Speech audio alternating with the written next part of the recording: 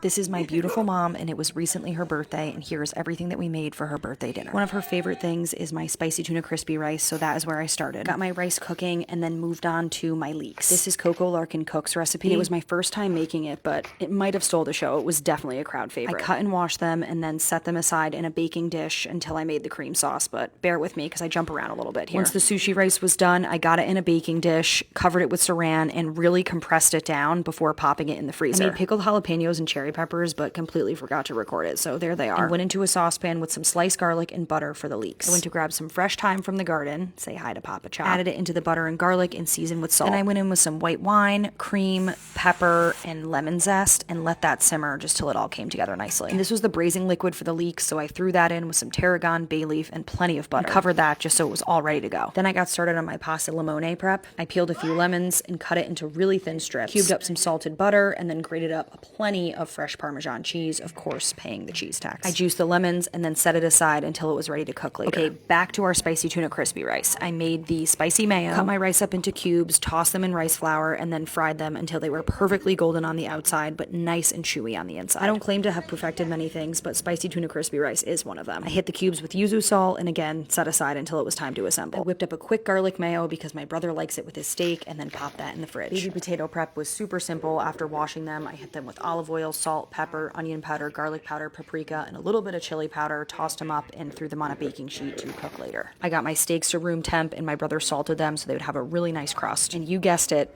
back to the crispy rice. Poked little holes in the cubes to fill with spicy mayo. And naturally had to do a caviar taste test with the birthday girl, so we hit a couple cubes with the caviar and then gave them a whirl, and it did not disappoint. Birthday girl approved. My mom doesn't really like the tuna raw, so I coated the steaks in wasabi mayo and then black and white sesame seeds and pan-seared them on both sides until they were nice and rare. Cass helped me assemble some avocado mash, the tuna, scallion, and a little flaky salt. The boys went outside to grill the steaks, and as much as I'd like to think I'm the grill master, it's really my brother. He's got it down to a science. I got started on the pasta limone, and this is only a difficult pasta because there's so few ingredients, so you can kind of fuck it up really easy. It's imperative that you add cold butter to help emulsify the sauce, and I did my best. I think it came out pretty good. My brother sliced up the steaks. They were cooked to absolute perfection, and then we all made a beautiful plate. The older I get, the more I realize how special these moments are when our family is all together, so I really try to soak it in. And there is no person more deserving of a celebration than Mama Lamb Chop. It was an awesome day and a really delicious meal, and thanks for tagging along.